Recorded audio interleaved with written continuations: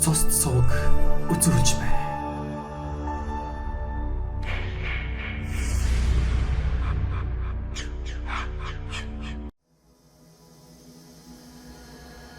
Монгол бөөгийн хар том Индиан бөөгийн хар домтой олон талаар адилхан гэж Америкийн эрдэмтэд нотолжээ. Нарийнда бол Индианы бөөнөр ховс чадахын нууц хүчинд тулгуурладаг ажээ. Харин Монгол бөө зарингууд окторгын элементтэй өөрийн сэтгэхүйгээр харьцдаг тис өөр шүлхүүд юм. Шин твүүдийг нээсэн Колумб, Кортес, Писаро нарын хүмүүст Индианы бөөнөр үе удмаар нь хөнөөх хараал хийснийг Америк нэгдсэн улсын NASA буюу Сансаа судлалын хүрээлэнгийнхэн сонирхон авч үздэг. Тэрч бүхэл хар хүч хар домыг цэрэг дайны зориулалтаар ашиглахын тулд Пентагоны тусгай албач энэ талаар наривчилсан хөтөлбөр боловсруулсан гэдэг билээ. Эртний Египтийн пирамидуудыг судлах явцад олон аргун шинжээч хар тарины хорлол өртөн нас нөхцөх буюу золгүй явдалд өртсөнийг дэлхийн шинжлэх ухаан анхааралтай авахгүй байж чадаагүй. Хеопсын цац суврагын 23 дугаар хонгилдох бунхны өмнөх хананд эмэгтэй хүнд юр бусын хар хүч бий. Тэд үүнийг ашиглаж чаддаггүй нь бидний аз гэсэн утгатай бичээс байсныг Францын эрдэмтэн Шампольон 1973 онд тайлсан билээ. Тэгвэл Индианы бөөнөр жатахын хор шингэсэн хар домоо гол төлөв бүсгүй хөнөөр дамжуулан үйлддэг нь сонирхолтой. Манайд зайрангаас илүү удагны хараал хүчтэй ам бүхтэй удаан оршдог гэлцэх нь түүнтэй зарим талаар холбоотой мэт. Гэвч Индиан Монгол бөөгийн хооронд төстэй зүйл бараг үгүй гэдгийг дээр дурдсан билээ. Одоогоос хэдэн жилийн өмнө Сэлэнг аймагт хүүхдээ төр цоошлоод гадагшаа явсан Дандар хэмээх айлын герт гал гарч 3 хүүхдийн ам эсэдсэн золгүй явдал тохиосон юм. Гал командын чухам юунаас болж гал гарсныг тогтоож чадсангүй. Төмөр гардаг өглөө гэрийн эзэн Дандар эхнэрийнхээ хамт ойролцох багийн төв орохоор мотоциклтэй гарахдаа гэртээ гал хөсч төлөлгүй тэрч бүхэл шүдэнд ч хүлдээсэнгүй. Гэтэл 3 хүүхэд нь гэртээгээ хамт шатаж нөхөж баршгүй гашуун зовлонд унахан тэр. Хожим Дандар дээрх хамшиг зовлонгийн учир шалтгааныг олж мэдхээр говийн хүүхэн хутгтын хойд төр тагарваад хандахад дархан удагны хийсэн хараал 3 хүүхдийн чинь амийг авч утсан байна гэж айлджээ. Тиймээс Дандар өөрт нь сонцонтой хүмүүс байгаа эсийг нэг хэсэг судалсан байна. Гэвч толгойд нь тоймтой юм боосонгүй. Тэгээд дарга ядаад ихнэр ханд сүрэнгээсэ. Чамд ус сонцонтой хүн бий юу?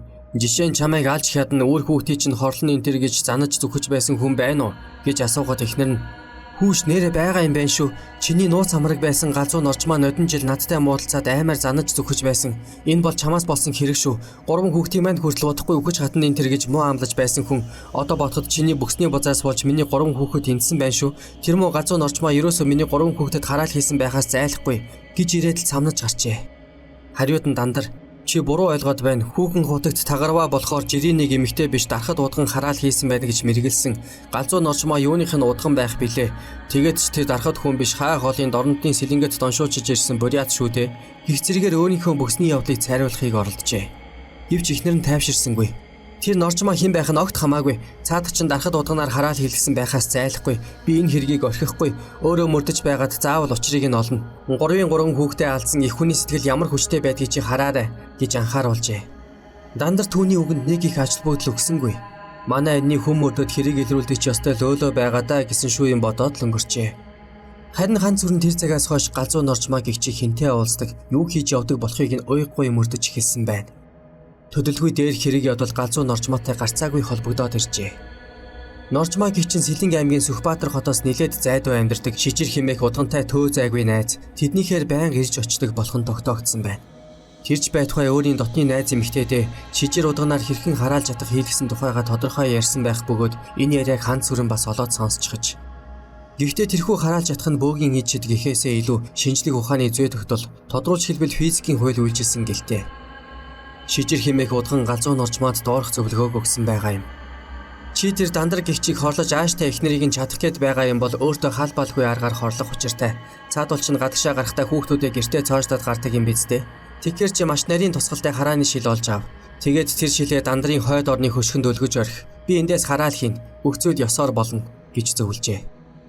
Галзуу норчмооч түүний зөвлөгөөг яштал биелүүлсэн байна. Тэрбээр нэг өглөө Дандарыг эхнэртэйгээ цуг гадагшаа гарахыг отож байгаад тооноор нь орж хойд орных нь хөшгөнд маш нарийн тусгалтай харааны шил өлгөж орхиод гарч оджээ. Тэр үед Дандарын 3 хүүхэд сэрэг сөхөөгүй унтаж байсан байна. Гэтэл мөнөө харааны шилэн дээр нь жингүүдийн хурцнаар тусч улмаар орны хөшгөнд төмөр үүсгэж орхихон тэр. Нарны хурц туяа шилэн дээр яг л зүүнний үзүр шиг тусч төвлөрсөөр удалгүй утаа авъя гэж харамсалтай тэр үед унтаж байсан хүүхдүүд гал гарахыг мэдэх сөхөө байсангүй. Ийм л санаанд хүй зүйлээс болж нэгэн голомтыг харлуулах айхтар явдал үүсчээ. Галзуу Норжмаагийн энэ явдал сүүлдээ илэрхий болоод ирмэгц тэрээр хаашаа ч юм бэ зүгтж алга болсон байгаа юм.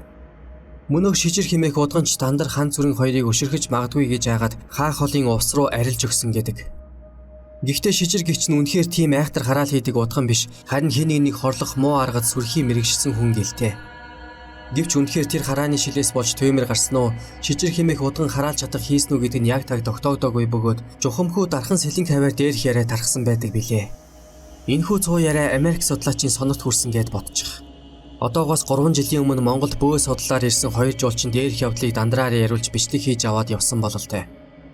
Шижир хэмээх удганы дээрх үйлдэлээс ургуулan зайнаас эд юмсын үйлчлэлд хэрхэн нөлөөлөх, жишээ нь цөмийн зэвсгийн товчийг өөр нь хөдөлгөх, нисэх онгоцны хөдөлгөөрт гэмтэл гаргах зэрэг алан хятах үйл ажиллагаанд татан оролцож болох чадвар хүнд байна уу үгүй юу? Хэрвээ байдаг бол үүний эсрэг ямар арга хэмжээ авах вэ зэрэгээр судалгаа хийж байгаа юм байх. Гэвч харааны шилнээс болж төвмөр гарсан дээрх явдалд хартон болон хараалын ичид нөлөөлсөн эсэх нь юу бол? Энэ нь ердөөл галт шилийг цаас юм уу дааван дээр бариад нарны гэрэлд тусхан төөнөхөд гал астаг жирийн нэг үзэгдэл билээ. Тиймээс хүн ард маань дээрх үйлдэлээс сэрэмж авахын зүйтэй. Адаглаад л гэрээ цойрслоод гадагшаа гарлаа гэхэд тооноор над тус газарт ямар нэгэн шил тойл байлгахгүй байх нь зүйтэй. Зарим айл аян цэглэхэн буух үед толио даавуугаар тагладаг, эсвэл хаалгуудыг хааж өрхөө бүтээдэг. Энэ нь зөв зүйтэй үйлдэл бөгөөд хэрвээ аянгийн гялбаа толтой авцалдаж гэмээн тухайн гэрт аянга буух жишээтэй. Нэг ёсондоо толь гэж нь асуур яваа аянгийн гялбааг өөртөө татчихдаг учраас тэр